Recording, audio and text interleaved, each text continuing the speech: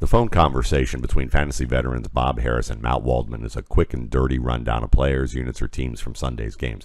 Feel it or fuck it is our instant verdict on the fantasy value of a player or situation, not the ability, effort, or character of the player. This is just how two old-timers in this industry talk when they got a lot to cover in a little time.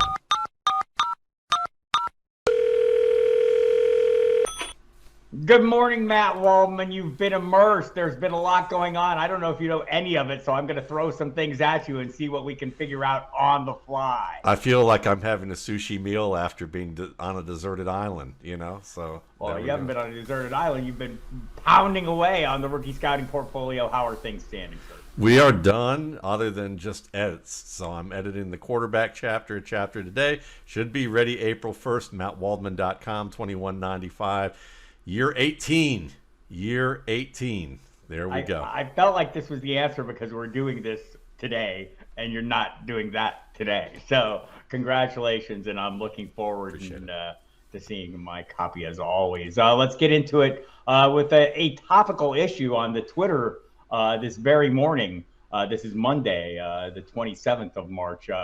One Lamar Jackson stated his case, and basically his case is, I want out. He said he asked the Ravens for a trade on March 2nd, and he's ready to move on. Loves everybody, but just ain't working out. Wants to go win a championship somewhere, and he doesn't think it's going to be in Baltimore. Not coincidentally or coincidentally, I don't know, maybe so. John Harbaugh happened to be talking, the NFL's owner meeting going on currently in Phoenix. He happened to be speaking as this was released, and pressed on it, expressed his love for Lamar, and that once things get worked out, he assured Lamar will be on the train full speed ahead, all these things. Oh, I guess for me, two things. I don't think he'll get his wish. I do not feel this at all. But I guess I'm wondering how this plays out in your mind. Are you feeling Lamar Jackson as a on the train, full speed ahead Baltimore Raven when week one rolls around? I am. I'm feeling that. I just think that probably what happened here is that when he requested the trade, again, this is probably part and parcel of him negotiating his own contracts. So some things that maybe that agents won't let slip, maybe they, are things that he is letting slip to the media. Maybe it's some things that were going to be disseminated to the media that he didn't want disseminated, decided he would beat them to the punch with it. And so it could very well be one of those things where the Ravens decided they were going to let that slip, and when he got wind of that, he decided to beat him to the punch so that he could mitigate it some. But I think that, negotiations are this way. They're entertainment for the masses right now. What really is going to happen down the line is that I don't think a team will at this stage, if they don't have him in camp by May, then really the only way he gets traded is if things break down so severely and another team has an injury to their quarterback, to their starting quarterback, that they feel like that they can, or they get a rookie that is so bad and so far behind that they feel like they can work out some 1 year type of situation with him. So I don't see any of that happening. I think that he's a Raven. This is just another stage of the negotiation. Yeah, I've said this all along, and I say this often, and I will. It's a good reminder. And by the way, if you've been in a coma or just getting caught up to speed, they gave him the non-exclusive tag. The Ravens, Lamar Jackson. Other teams can make offers. They'll owe the Ravens a couple first-round picks, and then have to pay Lamar. And this seems like the Ravens' way of crowdsourcing their negotiations, which they obviously have not been able to get done in over a year. So kind of a shrewd move on their part, and maybe this is a shrewd move on his part. But again, the parts of negotiations we hear are always going to be the most contentious parts, because that's by design. That's how it works. Also, Austin Ekeler has requested and been granted permission to seek a trade. He's not going to be traded either. So there's a lot of this, and like, I can see why the Chargers, hey, let's see what the value is. That makes perfect sense. But also knowing that they're not going to trade him, why not grant him that wish, because they aren't going to pay him the money he wants. And I think it's a fair point. I'll just throw in an off the cuff. Kyle Brandt on NFL Good Morning Football a couple weeks ago basically said Austin Ekeler, if he was a wide receiver, somebody would be paying him $19 million. Real it or fuck it? Fuck it, just on the premise that Kyle Brandt went off on Russell Wilson because Russell Wilson respected his wife on the red carpet and told him no when he wanted an interview with her, and then decided that was the reason why he was going to go off on Russell Wilson early in the season, is that he felt like a jilted media member who was more special than he really is, and is probably a little jealous of her because it didn't work out on Days of Our Lives. So yeah, fuck Kyle Brandt. I think the point is valid, though. If you're a wide receiver catching that many balls every year, you're going to get paid. Running backs aren't getting paid. Well, speaking of running backs getting paid and not getting paid, we'll jump into some things we sat out last week, Matt. Miles Sanders joins the Carolina Panthers. What is his value there as a Panther? Well, I think he's the best running back on the roster at this stage. So unless they draft another back, I think that he's the main guy. They'll use Chuba Hubbard as really a change of pace, somebody that they can give the ball to while Sanders has a breather. And, they'll probably have another back drafted at this stage, or Raheem Blackshear will be maybe a three, be like the 5-minute back, or be used occasionally on passing downs because he's a good receiver. But this is Sanders' job to, really be probably a 14 to 16 touch player, maybe 17 to 20 if things work out well. But, talented back in a lot of ways. He's not going to have nearly the level of line that he did. So overall, from a touch perspective, I like it. From a production perspective, I think it's a significant downgrade, and there could be a bigger trapdoor for Sanders with Carolina being the team that he's running behind. Yeah, I feel more confident in the workload here, feeling that and hoping the production comes. I remember a few years back when he was a rookie, when everyone was hurt in Philadelphia, and he was making all the plays. I mean, catching the ball, breaking off long runs, doing a lot of dynamic playmaking, and we haven't seen a lot of that. And for some reason, the Eagles didn't seem to be all on board with him. Maybe the Panthers will be more so. Sticking in Carolina for just a brief moment, Adam Thielen, D.J. Chark, both signed by the Panthers. Are we feeling Terrace Marshall ever getting a chance to be the man Matt Waldman expected him to be? Yeah, I think that there's still a chance. Obviously, it's declining from the standpoint that for this year, it may not look all that great. But let's look at it this way: Thielen is near the end of his career. So does he have another 1 or 2 years left? Maybe. Chark certainly at his peak. He should be at his peak. Should be the guy. Terrace Marshall now finally gets two guys that I think he could learn from. Thielen's in that stage where he'll be teaching. Chark has seen enough that I think that that'll be worthwhile too. And they're both good enough receivers and good, well-rounded receivers that they can match Marshall up in situations that maybe they couldn't before. I like DJ Moore, and I think he's a terrific player. But he was kind of still, I think it was probably a little bit more about, is DJ Moore getting his? DJ Moore's a little more about DJ Moore and why I'm the best, one of the better receivers in the league, but I'm not in a great situation with a great quarterback.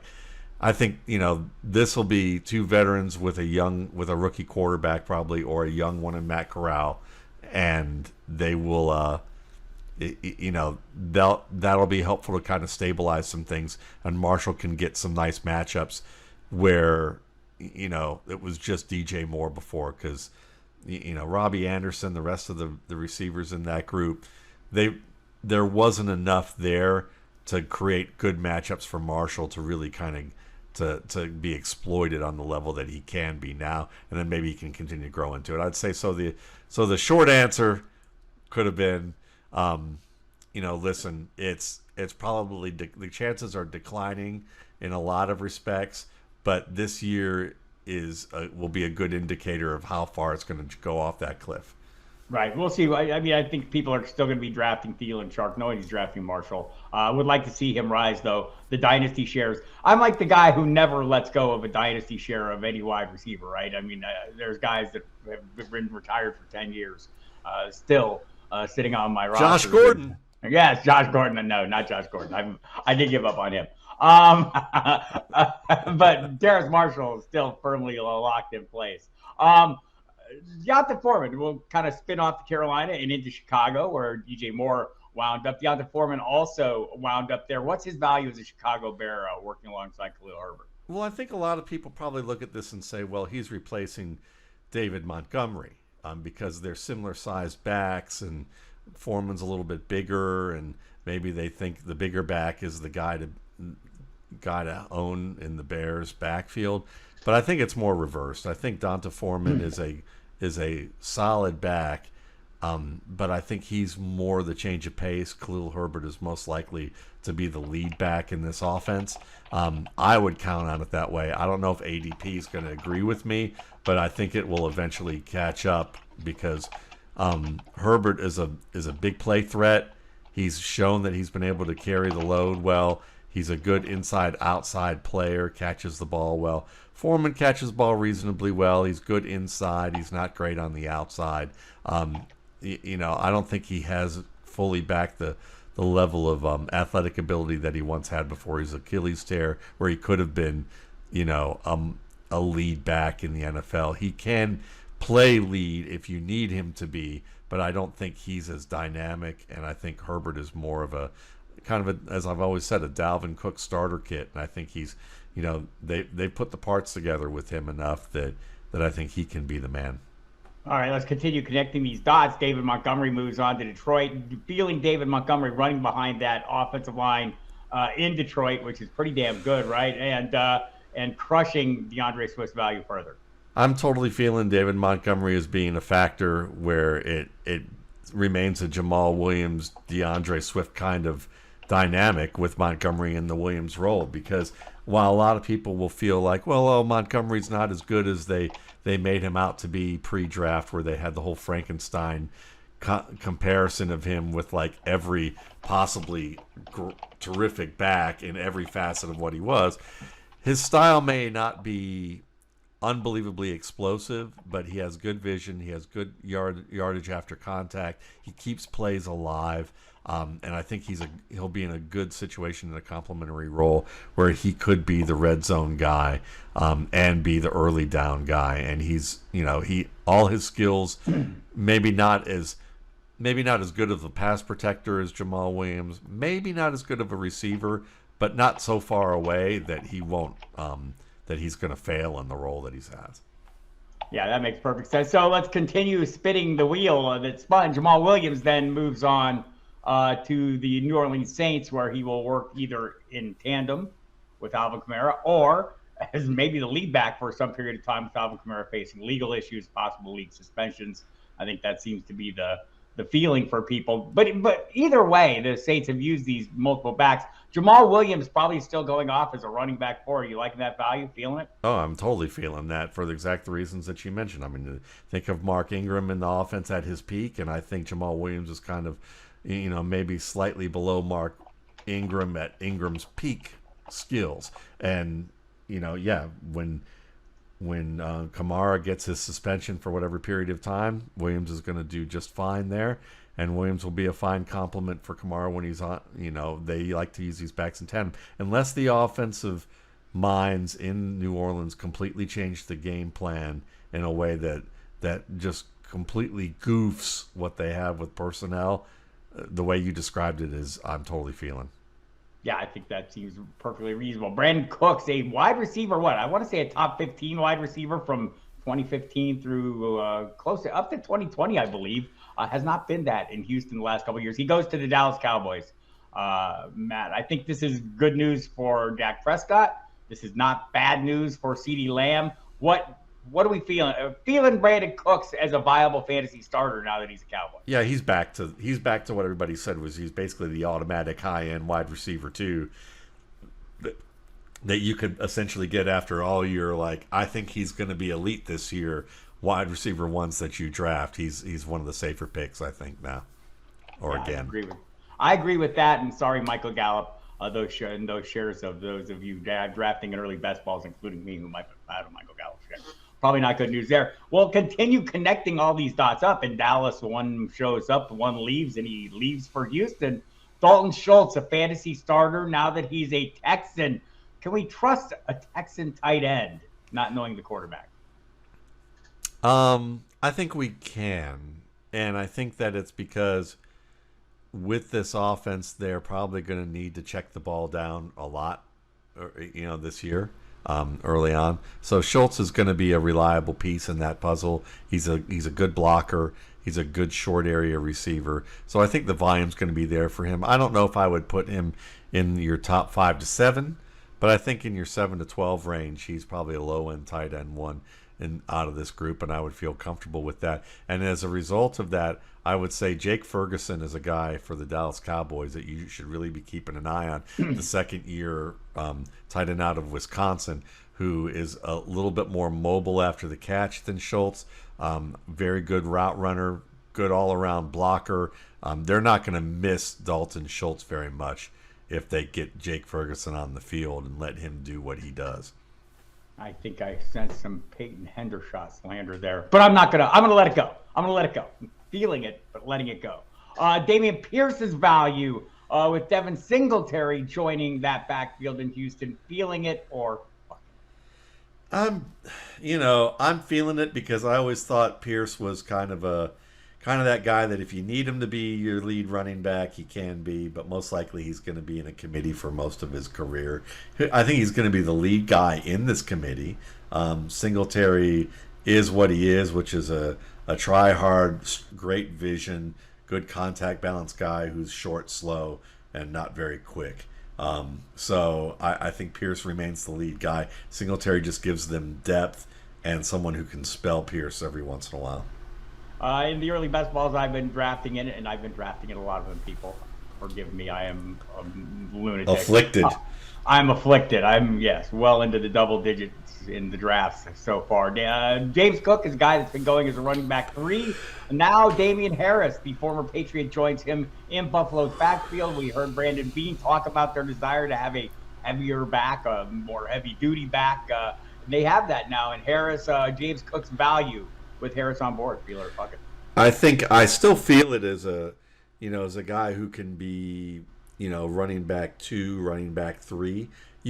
I think this is the type of team that can have a tandem of 2 pass catchers who do well. And you also have to understand that they're going to use James Cook a lot out of the slot. They might use Cook enough that he and Harris will be on the field at the same time. I imagine that you'll see a fair bit of that.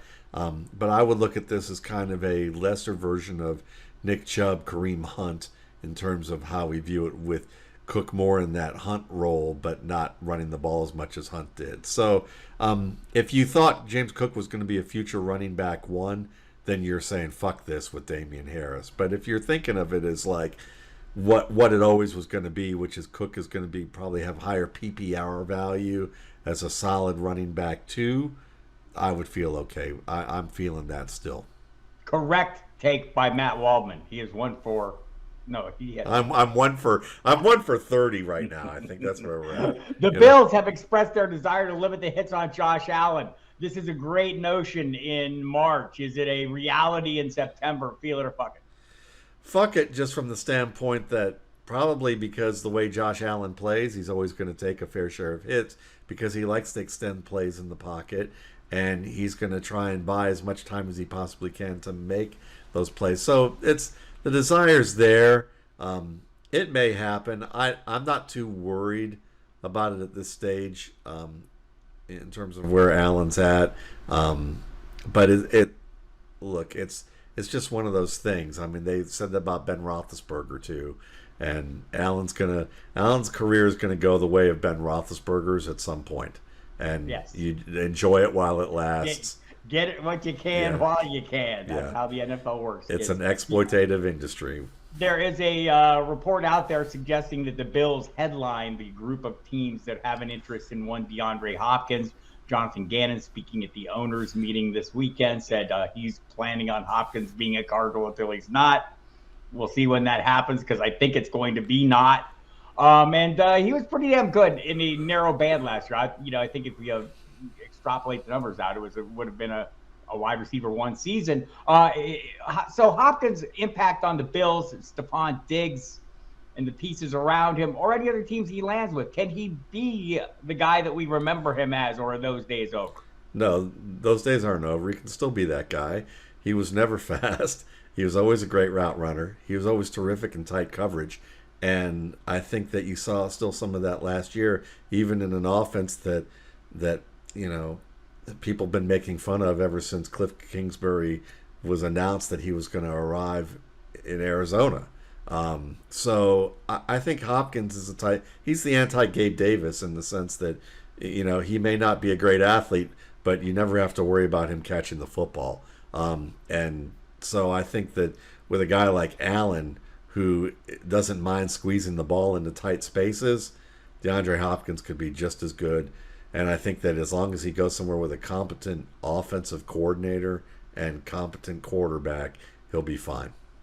Yeah, Danny dropping dimes on him would be ideal. Just said that to irritate you because I can't let Danny go. Hey, that'll work. That would still work. I would say that's I get it. I totally get it. I get it too. Probably not Baltimore though, because they don't have a quarterback. Last I heard, according to Lamar Jackson, their quarterback wants to move on. Right. Garrett Wilson is Matt.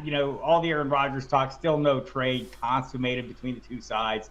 Robert Saleh addressed that this weekend also, just saying, hey, it takes two to tango and all these things. So Packers dragging their heels, trying to get all they can. At some point, Aaron Rodgers is or isn't going to be the quarterback of the New York Jets. Either way, Garrett Wilson as a wide receiver 10 in FantasyPros current expert consensus rankings. From a fantasy perspective, feel it or fuck it. Yeah, I'm feeling it right now. I mean, it's easy to make this type of a call right now. I mean, nobody, because in the industry, I think you'll probably have people say, well, no one really cares right now. No one's really watching at this level. So if you want to plant your flag right now, go ahead and plant your flag right now. In August, it'll be a different story. But I think by the second day of the NFL draft, Aaron Rodgers will probably officially be a Jet. Probably earlier than that. Probably just the day before or the day of the draft, he will probably be a Jet on the first day, and then Garrett Wilson's stock will climb pretty high. How much higher can it climb? Is 10 not are we not at the ceiling? No, we're not at the ceiling. If it all works out really well, we're not at the ceiling. But I would say that ceiling to me is really next year. Like this year, I think 10 is pretty freaking high. But I don't think he'll be top 5. But maybe next year he could be. We'll see about that. I'm not feeling him as top 5. But I am. I think this quarterback change has been baked into the cake of these rankings. It seems like to me, for sure, nobody's expecting that guy to be there. Let's see. Garrett Wilson. Let's go with these. Let's get some rookie stuff in before we call it a day here. C.J. Stroud as the first pick overall. Feel it or fuck it? I'm feeling it. I think he's the safest quarterback of the top 3 in this class. He's very good at reading the field. I think he can make every throw that you'd like to see him make from the pocket. He's one of the better pocket players in this class. There's not anything as a major weakness with him from the standpoint of throwing the football. He does have some decision-making issues that every rookie has some.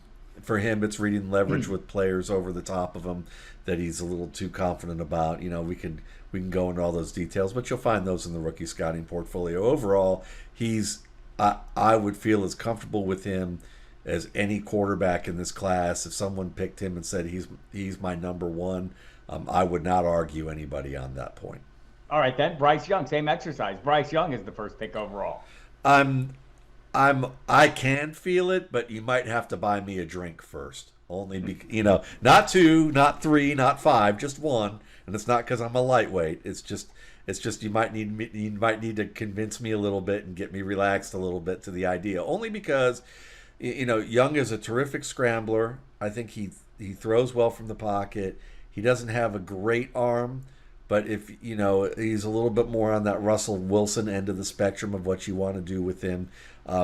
I think he's got a little bit more to learn in terms of managing the game. People love to play on his improvisational skills, and he certainly has a lot of those.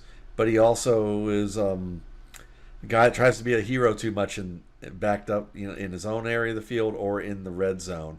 And there's some things with him that I just wonder with the arm. The offense is going to have to be tooled to him in a manner that I think it will happen.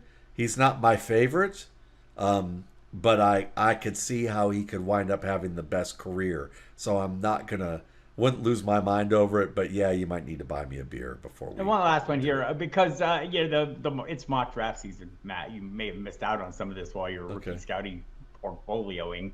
But Daniel Jeremiah, all the kids at NFL Network, everyone's out there putting their mock drafts out. Some of these mocks, I saw a couple just this week that have Anthony Richardson mocked in the top 4. Into the Colts to both cases. I think Chad Ryder did one where he had the Colts jumping up ahead of Arizona to make sure no one jumps ahead of them. But basically, the Colts, seem to be the destination for Anthony Richardson. Well, I'll just put it like this: is he a top 4 pick? Yeah, and you could have asked the same question for me that you did with Stroud and Young, and I would say I'm feeling it. To me, he is the best quarterback prospect in this draft class. And he may not be the safest. He may not be the most refined in terms of like experience and certain types of skill sets that you're looking for. But like we talked about even like a week or two ago, the things that he can do that are advanced for advanced NFL quarterbacking are things that are very hard to teach. And he shows that. He's a quick learner from what I understand. And he's an ungodly athlete, and I think that while I think the Colts fans there's going to be a large contingent of Colts fans who are going to hate the pick because, listen, it's just it's going to be their mentality. It's going to be how they see quarterbacks, what they expect from them. They're very much more thinking Andrew Luck. Like for them, they're Andrew Luck. There's a reason why Andrew Luck, Phillip Rivers, and Matt Ryan were probably guys that had appeal to the Colts brass to be front-facing to their fan base, and why some of that fan base is going to revolt to seeing Anthony Richardson at first. But I think they're going to wind up loving him down the line. If they get him, they're gonna wish that they're going to be so thrilled by it, and they're going to probably act like that they never had a problem with him. They got to be tired of a bunch of older dudes that can't get the job done, not getting the job done. Right? Can't improvise like him, but also he can still play in the pocket like those other old dudes, and will get better at that. And he's already good at it. So, right. Yeah, I am the old dude calling Carson Wentz an old dude. So good for me. Matt Ryan and I think you're probably younger in mind than Carson Wentz is, but entirely possible. All right, man, that's it. Let's get out of here, get some work done, go finish that rookie scouting portfolio. People out there, go order your rookie scouting portfolio. April 1st delivery coming. I can't wait. I'm feeling it totally. Thank you, Pat. Love you. Goodbye. Hey, love you. Bye.